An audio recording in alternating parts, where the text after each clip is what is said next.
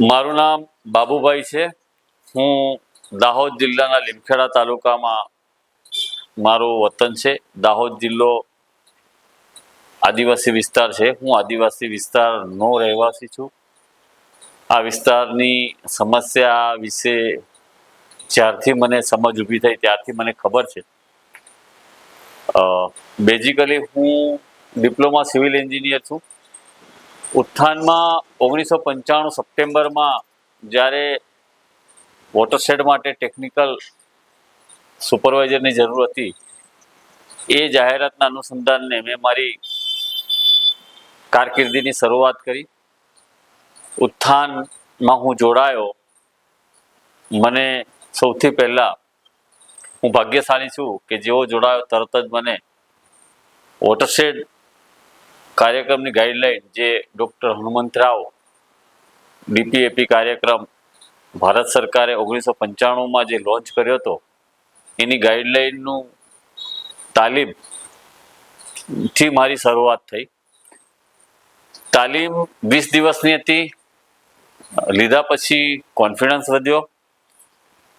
વિસ્તારની સમસ્યાઓનો તો ખ્યાલ જ હતો, પણ કેવી રીતે લોકો સુધી કામ કરવું, કેવી રીતે ગરીબ વ્યક્તિ સુધી પહોંચવું, કેવી રીતે જરૂરિયાત સુધી પહોંચવું, કુદરતી સંસાધનોનું વ્યવસ્થાપન કેવી રીતે કરવું, આ બધું લોક ભાગીદારીથી કરવું, એ કોન્સેપ્ટ, એ જે ગાઈડલાઈનમાં જે શીખ્યો એનું સીધું અમલીકરણ ઉત્થાન સાથે રહીને મેં શરૂઆત કરી. શરૂઆતમાં અમારી પાસે 9 પ્રોજેક્ટ હતા ધાનપુરના 9 ગામોમાં. ત્યાં મેં શરૂઆત કરી. શરૂઆતથી જ અમે લોકો ગામે ગામ જતા, લોકસંપર્ક કરતા, બહેનો સાથે મિટિંગો કરતા. બચત મંડળોથી અમારી શરૂઆત થઈ હતી.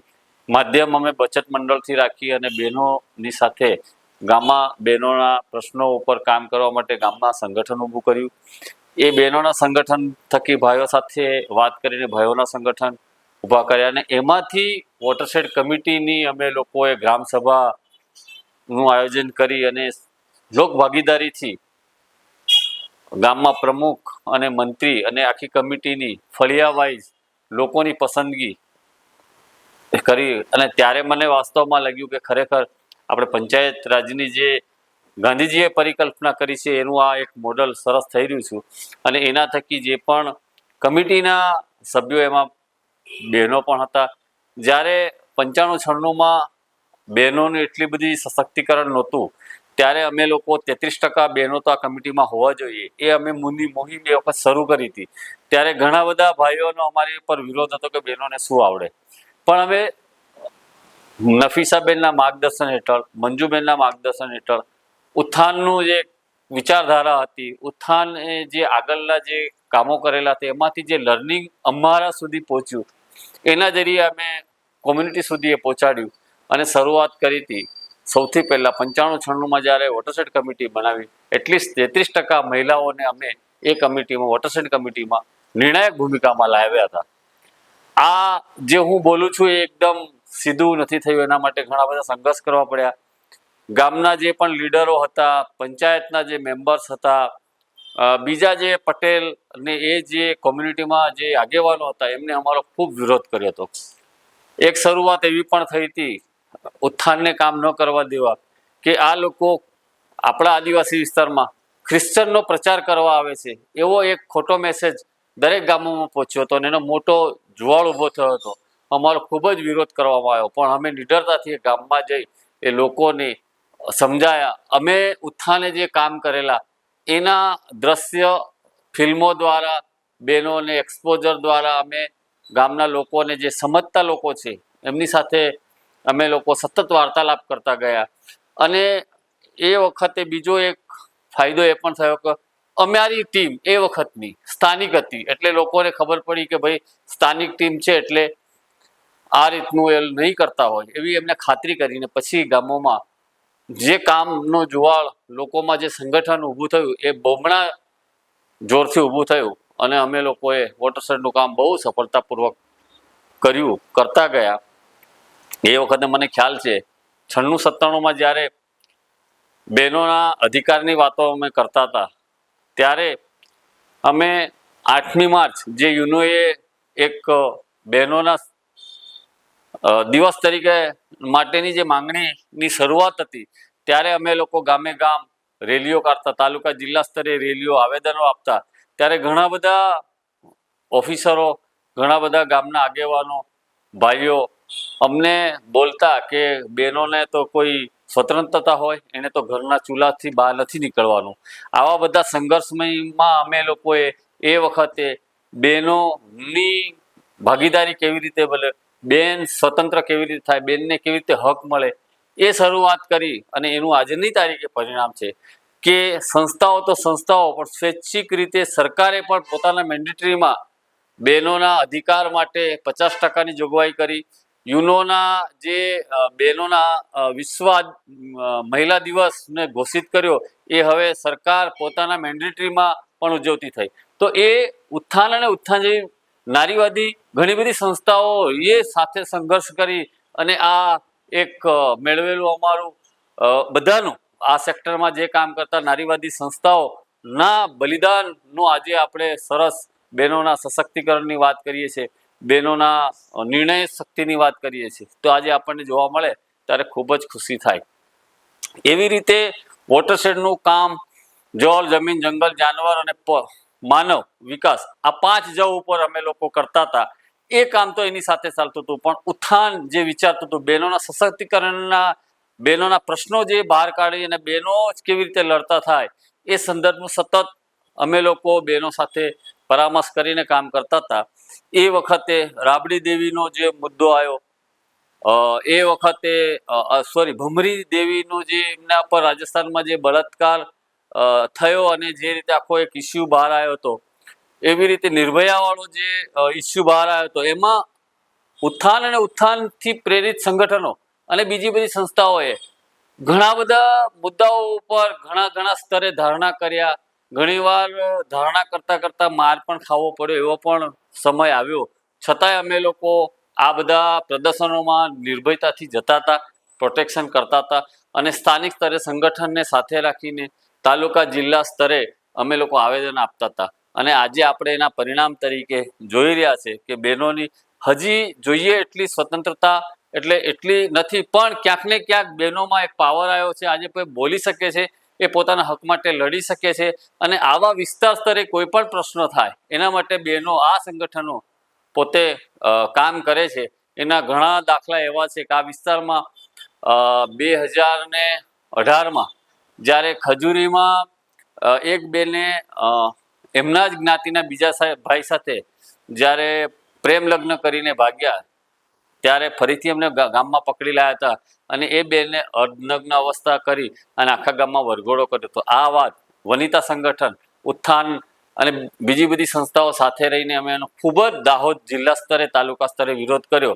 અને એનું એક પરિણામ એ આવ્યું હતું, એ વખતના જે ડીએસપી અને કલેક્ટરે અમને અને સંગઠનના બહેનોને બોલાવ્યા હતા અને અમારી સાથે એક મિટિંગ કરી હતી કે આના માટે શું કરી શકીએ.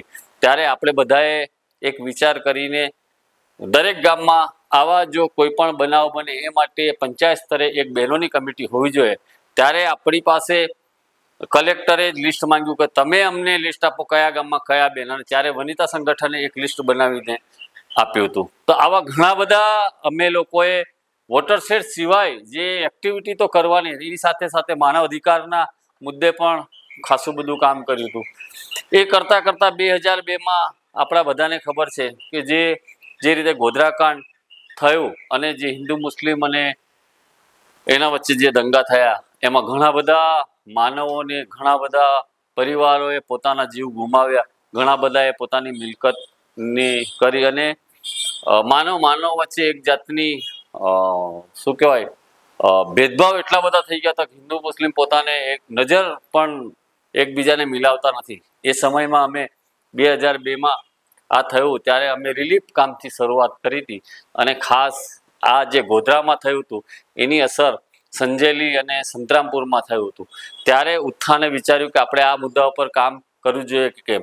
એ વખતે ઉત્થાનની સિનિયર ટીમ 2-3 વાર મળી આ મુદ્દા ઉપર કેવી રીતે આગળ વધવું છે એનું પ્લાન કરી અને શરૂઆત કરી હતી. રિલીફ વર્કથી શરૂઆત કરી હતી. ધીરે ધીરે એ રિલીફ વર્ક કરતાં કરતાં હિન્દુ મુસ્લિમ કોમ્યુનિટી કેવી રીતે એક જૂથ પર આવે એના જરીએ સંતરામપુર સ્થિત એક આપણું એકતા સંગઠન ફેડરેશન ઊભું થયું, એ આજની તારીખે કામ કરી રહ્યું છે. તો એમાં પણ હિન્દુ, મુસ્લિમ, આદિવાસી અને અન્ય કોમોના બહેનો એ સંગઠન સાથે જોડાય અને આજે પણ એ પ્રક્રિયાઓ અને બહેનોના અધિકાર માટે જાતિ નાતિને ભેદભાવ ભૂલી કેવી રીતે બધા ભાઈચારાથી રહે, બહેનોના મુદ્દાઓ કેવી રીતે ઉકેલે, એ તરફે આજે આવા વનિતા સંગઠન ધાનપુરમાં, એકતા સંગઠન સંતરામપુરમાં આજે કાર્યરત છે. આ કરતા કરતા એવું પણ લાગ્યું કે આ બધા કામો કરવા માટે કોર મુદ્દા તરીકે સરકારના સાથે કેવી રીતે લાઇઝનિંગ કરતા રહેવું, એટલે સમયાંતરે સરકારના અલગ અલગ ડિપાર્ટમેન્ટો સાથે આ મુદ્દાઓની અમે ચર્ચા કરતા હતા. એના પછી જે પણ આ વિસ્તારમાં કામ કરતા કરતા અમને પણ એવું લાગ્યું કે બાળકોના જે ખાસ કરીને 0 થી 6 વર્ષના બાળકોનું ઇમ્યુનાઇઝેશન જે રેટ હોવો જોઈએ એના કરતાં જે ધાનપુરનો 38% હતો, આ મુદ્દાને પણ અમે લોકોએ સંગઠન સાથે રહી અને બહુ જ સારી રીતે આગળ લઈ ગયા. યુનિસેફ જેવી સંસ્થા સાથે પાર્ટનરશિપ કરી, જિલ્લાના આરોગ્ય તંત્ર સાથે પાર્ટનરશિપ કરી અમે એક મુહિમ ઉઠાવી અને એના જે રિયલ જે ઇમ્યુનાઇઝેશન રેટ કેમ ઓછો છે એ આખી વાતનું સર્ચ કરી અને એના માટે યુનિસેફને અમે આપ્યું. ત્યારે યુનિસેફ પણ પોતે એવું કહેવા લાગ્યું હતું કે આ મુદ્દો આપણે કહીશું તો કદાચ કમિશનર સાહેબને કેવું લાગશે. તો ત્યારે મને કીધું હતું કે બાબુભાઈ તમે આ મુદ્દાને થોડું શાર્પલી મૂકજો. એટલે મેં કીધું હતું કે ચોક્કસ આપણે વાદ વિવાદ નથી કરવો. એ વખતે દવે સાહેબ કરીને કમિશનર હતા, યુનિસેફની ટીમ અને અમે લોકો મળ્યા કે અહીંયા જે ધાનપુર વિસ્તારની શું પરિસ્થિતિ છે રિયાલિટી. ત્યારે આખી વાત આવી કે એમના સુધી રિસોર્સ જ પહોંચતો નથી. એટલે એક નર્સ ગામને 2, 4, 5 ગામ આપેલા હોય તો કેટલે સુધી પહોંચે. એટલે એ આપણે રજૂઆત કરી કે એના માટે હ્યુમન રિસોર્સની બહુ જ જરૂર છે અને એના પછી એક મોટી ભરતી આ લોકો FHWની કરી અને આજે દરેક ગામમાં FHW છે. તો આવા બધા ઘણા ઉત્થાન ને ઇનિશિયેટ લઈને કામ કરેલા છે. એની સાથે સાથે અમે લોકોએ ખાસ કરીને જ્યારે સરકારની અમુક પ્રકારની નીતિઓ બદલાય છે એના સામે પણ અમે લોકોએ ક્યાંક ને ક્યાંક સીધા આડકતરી રીતે આ મુદ્દાઓ પર કામ કર્યું છે.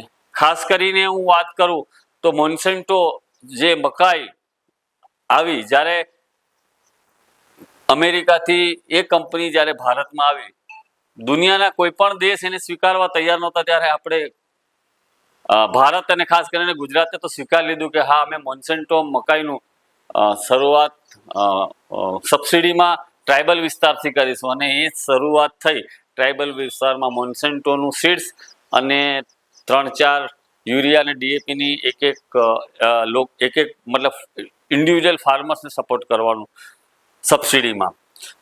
શરૂઆતમાં પહેલા વર્ષે જ્યારે આ એક શરૂ થયું ત્યારે એક સિઝન પછી બહેનોમાંથી જ એવી વાતો આવી કે ભાઈ આ જે પ્રકારનું અનાજ છે અમે ખાઈએ છીએ તો અમને ભૂખ એવી ને એવી જ લાગે. એટલે ભૂખ અમારી મટતી નથી કારણ કે એમાં મિનરલ હોતું નથી, ખાલી ગ્લુકોઝ જ હોય છે. બીજું કે એની અંદર અમને આટલું બધું ખાતર આવ્યું એટલે અમે ખાતર નાખતા થયા અને એના માટે પાણીની પણ બહુ જરૂર છે. એટલે ધીરે ધીરે બહેનોમાંથી જ આ અવાજ આવ્યો કે ભાઈ આ તો એક પ્રકારની આપણી જમીન, આપણા પર્યાવરણ અને આપણા જે જૂના બીજ છે એ બગાડવાની પ્રક્રિયા તરફ જઈ રહ્યું છે. અને એ સમયે બીજી સંસ્થાઓ પણ આના ઉપર કામ કરતી હતી. એટલે બધી સંસ્થાઓ ગુજરાતની મળી અને આના ઉપર શું કરી શકીએ એના એક્શન પ્લાન પણ થતા હતા. એ સમયે ઉત્થાન તરીકે અમે લોકોએ એવું વિચાર્યું કે એક બાજુ આપણે આના પ્રોટેક્શનની વાત કરી છે પણ બીજી બાજુ ઓલ્ટરનેટ તો કંઈક આપવો જોઈએ કોમ્યુનિટીને. તો એના માટે અમે લોકો ગુજરાત મેજ રિસર્ચ સેન્ટર જે ગોધરા છે ત્યાંથી અમે ફાઉન્ડેશન સીડ્સ ગુજરાત મકાઈ છે જે અહીંની લોકલ કઠોળી જે સીડ્સ છે એનું મોડિફિકેશન કરીને બનાવેલી જાત છે. તો એનું અમે લોકો ફાઉન્ડેશન સીડ્સ લાયા અને લગભગ 10 થી 15 એકરમાં અમે લોકોએ સીડ પ્રોડક્શનનું શરૂ કર્યું. અને એ વખતે સીડ પ્રોડક્શનનું શરૂ કરવું એ અમારા માટે પણ મોટી ચેલેન્જ હતી કારણ કે એ સીડ્સ મકાઈના સીડ્સમાં એવું છે કે જ્યાં આપણે સીડ્સ કરીએ એના 500 મીટરની આજુબાજુમાં કોઈ બીજી વેરાયટીઝ ન હોવું જોઈએ, તો પોલ્યુટેડથી એ બગડે છે. તો એ બધા પેરામીટર બહેનો સાથે રહીને સતત અમે લોકોએ એના ઉપર કામ કર્યું અને એના ઉપર કામ કર્યા પછી દરેક ગામમાં અમે કરીબન 10,000 બહેનોને એમાંથી જે સીટ્સ થયું એ 10,000 બહેનો સુધી અમે લોકો પહોંચાડ્યું અને એ હવે એમના રીતે આગળ લઈ જાય છે. તો આ એક કોન્સેપ્ટ પણ અમે ઊભો કર્યો અને સાથે સાથે અહીંયા પ્રોટેક્શનમાં એના માટે જે પણ જિલ્લા રાજ્ય સ્તરે જે ધારણા થતા હતા એમાં ઉત્થાન તરીકે અમે પણ લોકો સતત પ્રયત્નશીલ રહેતા હતા અને આ મુદ્દો અમે વિધાનસભા સુધી પહોંચાડી અને છેવટે મોન્સેન્ટોનો અહીંથી ગુજરાતમાંથી અને ખાસ ટ્રાઇબલ વિસ્તારમાંથી એને જતું રહેવું પડ્યું. એટલે આ ખાલી ઉત્થાને કર્યું નહીં, ઉત્થાન જેવી ઘણી આવી સંસ્થાઓ સાથે મળીને અમુક કામો આવા જે એડવોકસીના મુદ્દા છે એ નીચેના ગ્રાઉન્ડમાંથી આવે છે, એના સોલ્યુશન આવે છે ને પછી ઉપલા સ્તરે લઈ જવાનું એ મેઇન જે કામ અમે અમારી ટીમ થકી અમે આ બધું કર્યું. અને આજની તારીખે આદિવાસી વિસ્તારની હું વાત કરું તો મોટાભાગે એ ત્યાંની લોકલ વેરાયટીને જ વધારે પ્રમોટ કરી રહ્યા છે અને એમાંથી જે ફેડરેશન બન્યું એમાં બિયારણ બેંક પણ ઊભી થઈ છે. એની અંદર ન્યાય સમિતિ પણ છે, બહેનોના જે અધિકાર માટે કામ કરતી ન્યાય સમિતિ પણ કામ કાર્યરત કરી રહી છે. આર્થિક સમિતિ પણ છે કે જે સરકારની અલગ અલગ યોજનાઓ છે એના માટે ગામે ગામ જઈ અને બહેનોને અવેર કરીને એમની સાથે એમને ખૂટતા ડોક્યુમેન્ટ માટે સપોર્ટ કરવો. છેલ્લા 1 વર્ષથી આ કામ સ્વયંભૂ સંગઠનો પોતાના ખર્ચે કરી રહ્યા છે. ઉત્થાન ગાઈડ ખાલી અમે લોકો એમને ગાઈડ માર્ગદર્શન જ આપીએ છીએ, બાકી પોતાના રિસોર્સથી આજે આ સંગઠનો આ વિસ્તારોમાં કામ કરી રહ્યા છે. તો ઉત્થાન તરીકેની આમ અલગ અલગ સમયની અલગ અલગ જર્નીમાં ઘણા બધા એવા ચડાવ ઉતાર પણ આવ્યા છે જે ઉત્થાન તરીકે અમે સાથે રહીને નફીસાબેનના માર્ગદર્શનમાં અમે ખૂબ આ કામ કર્યું અને લોકો આજે પોતાના પ્રશ્નો પોતે ઉકેલવા તરફ જઈ રહ્યા છે. બીજી એક વાત કહી દઉં કે જ્યારે 1998-99 કે 2000ની આજુબાજુમાં એમ મહિલા સ્વરાજ અભિયાન કરીને એક નેટવર્ક ઊભું થયું હતું. ખાસ કરીને બહેનોની ભાગીદારી પંચાયતમાં કેવી રીતે વધે એના માટે આખું એક કામ કરતું નેટવર્ક હતું. એ વખતે લોકોને જ્યારે અમે કહેતા કે બહેનોની ભાગીદારી પંચાયતમાં હોવી જોઈએ ત્યારે ઘણો બધો વિરોધ થયો ભાઈઓ તરફથી કે બેન ગામમાં નથી કામ કરી શકતા, એ પંચાયતમાં બેસીને કેવી રીતે કામ કરશે. પણ આ બધા જ જે નેટવર્કના સભ્ય સંસ્થાઓ અને નારીવાદી સંસ્થાઓના સહયોગથી આજની તારીખે સરકારે એના મેન્ડેટરીમાં 50% બહેનો પંચાયતમાં રહે એના માટે મેન્ડેટરી કર્યું છે અને એ આ બધો શ્રેય આવી સંસ્થાઓ આપણે બધા લોકોની ખૂબ જ મહેનત અને પરિણામ આજે આપણે જોઈ રહ્યા છે અને હજુ પણ આનું સારા પરિણામો જોતા રહીશું.